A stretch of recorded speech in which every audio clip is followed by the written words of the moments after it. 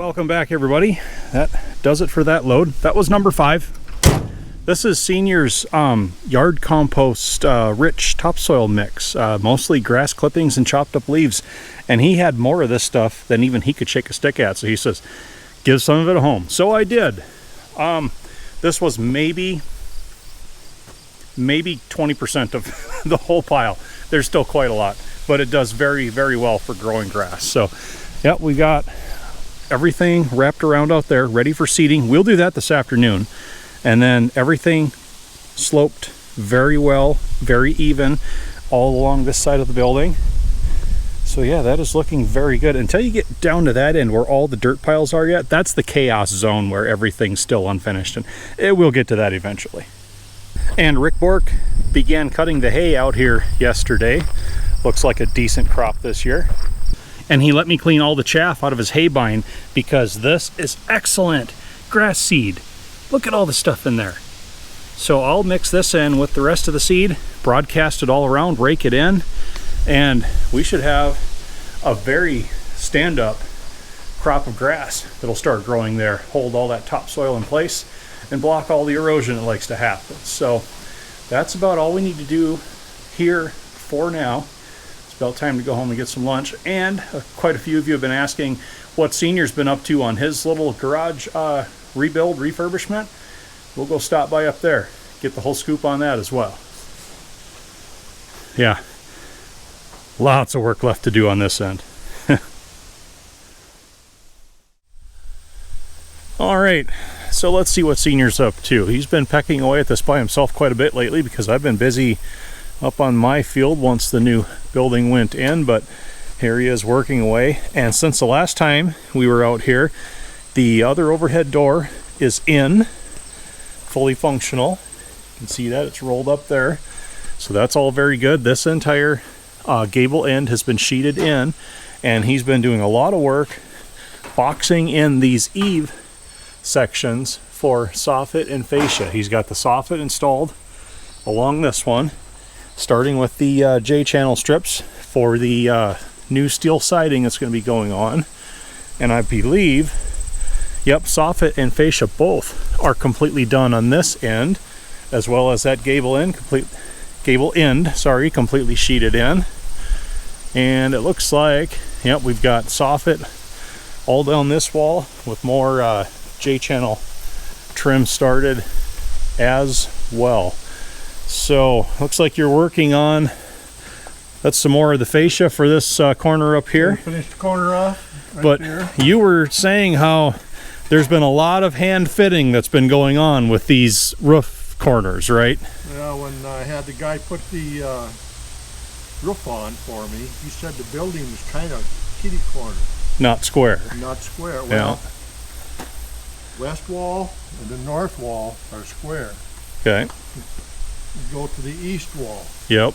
It's 2 inches longer than the west wall. Okay, so the building's 2 inches longer on this end, this side, than this side, right?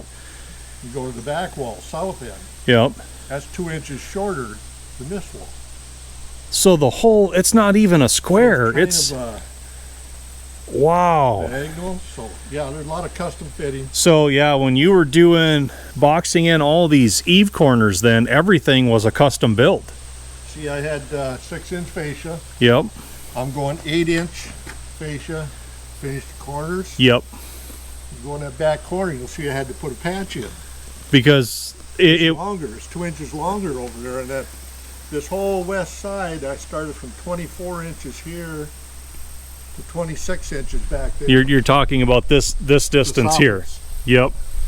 Wow. So every piece was custom cut. So needless to say, it's been a tedious process. Oh yeah, it's taking time. But no, what's here is looking good. Looking at it, you'd never tell. Yeah. But I think, yeah, you said it before. I've only done like 156,700 trips up and down the line doing this. Good leg exercise, yeah, right? That's the way I figure it's exercise. I think you said before they first went awry with the block. Yep. And then they ended up having to fit the building to the oddball block layout. And what I found out yesterday, that center pillar between the doors, yep, is in farther 2 inches than the corner. You're talking this piece right here. Yeah, the bottom. Yep. inset 2 inches from here. Oh, down here. Yeah. So you light Yep. string line. So the wall is even out here, but then when you get to this one, it dives in. Yep. Oh, wow. So yeah, everything is custom fit. So, I think it'll look okay when it's done. but for the most part, you're about done with this soffit and fascia. Done with soffit. Soffit's all in. Okay. This gable end, the other end's done. Yep. Finish up this gable end and do the sides. I'm hoping to finish all that fascia today. So. And then after that, it's pretty much steel siding time then, right? Then I got to figure out for steel siding. But comparatively, after doing all these eaves and everything, the siding should go fairly quickly. Oh, that goes fast. Yeah. I'll have to special order that. But it's just getting everything set for it. But no, there's been pretty good progress on the building up here. You've been by yourself for most of it since I went full tilt over there. I've been busy over there. You've been busy up here, and Yep. it's definitely been the summer of buildings. So when I did the soffit, I did the sides and the gable end together. So I did the sides, and then when I had a short cut-off piece, that fit the gable. You can see my scrap pile in here. This is my scrap left from the soffit I did, Okay. Yep. plus a few pieces over here. Yep. That's all the scrap I had off. So that's not too bad, especially considering all the special piecing in you've had to do with just about working everything. it together. It's like the fascia, my cut-offs on the gable ends. Yep. Will do my sides here in the door. Okay, so you can utilize We have a maximum short waist. maximum material. So- Yep. No, Yeah, it's you work the whole building together, all back and forth. You can eliminate a lot of weight. what's a cut off on this side turns into a usable piece on the other side, right? And things like that. Sometimes. Yep. Sometimes not. So. Well, so there's the progress update on the little garage on the field. Been slow, but it's been steady. And meanwhile, back on the field, Rick Bork is back. Man needs no further introduction. Raking the hay. Pretty decent sized windrows so far. Rain is moving in tomorrow, so I don't know if he's going to get it all done or not. All of the rain we had earlier this summer has really improved the hay crop. This bunch right here is waist high on me. It's rather loose, but a lot better than it looked the last 2 years. Plus, where he's cut is still green. Last 2 years, that was all just brown. So dry, it was practically dead.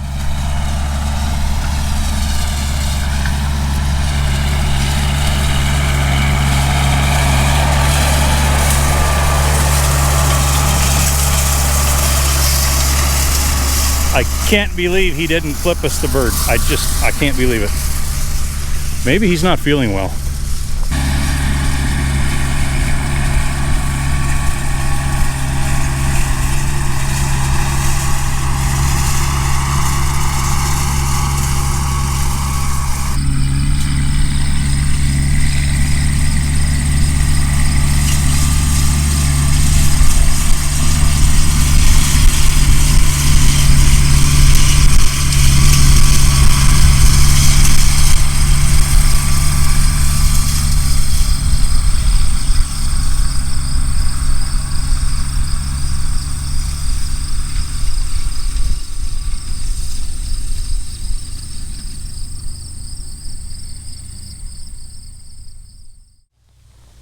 All right, back to work again. Time to spread the chaff that we got from Rick Bork's hay bind. We're just gonna go extra light with this. Got some wind drift happening. I'm not trying to broadcast it fancy or anything. We're just gonna do it all by hand. Once we get rid of this, then I've got some other actual grass seed. Plus Senior has some old rye seed. He said try to get rid of some of that too. So we're just throwing everything in here. We're not fussy, just looking for root structure.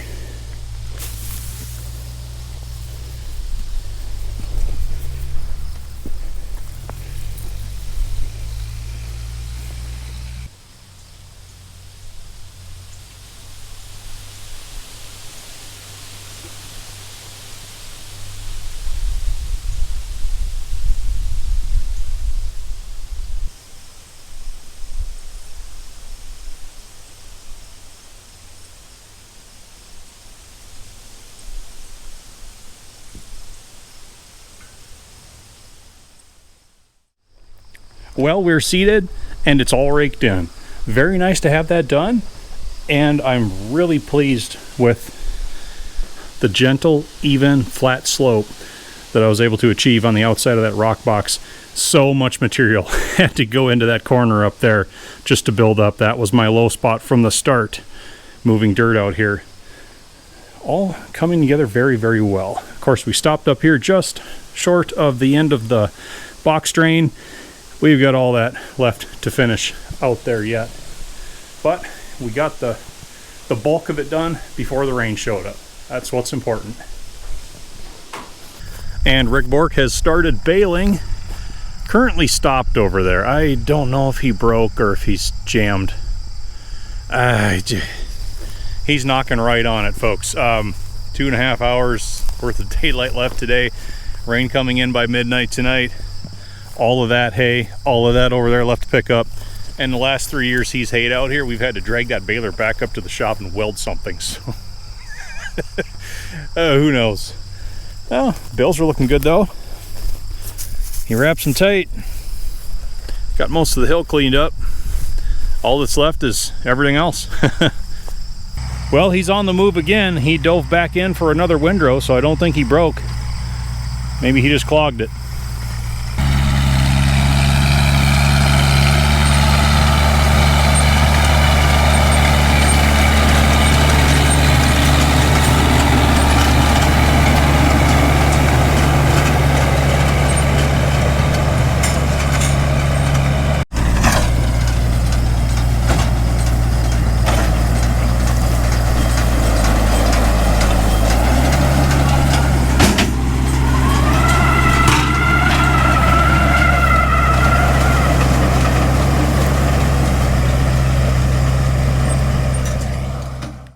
Alright everybody, update for you all. He's finished with this east side and even 50 bales over here. Started on the west and the sun's just about gone. And right down here, these guys are not happy with Rick Bork right now. He just has that effect on things. Add him to the list. I think we've got a roller. Yep, there it goes. Still going. Still going. We'll push it off the next windrow if it lands in the way. Nope, I think it's good. All right, everybody. He's got about 50 yards of windrow left. This is 19 on this side. So that makes 69 bales on the day. And he still has to do all that down there. So all in all, pretty good hay year. Just about dark, so we can finally call it quits for the day. I thank you everyone for watching. It's been a busy day, but everybody got a lot done and it all went well. Hope to see you back for the next one. Don't break down now, Rick.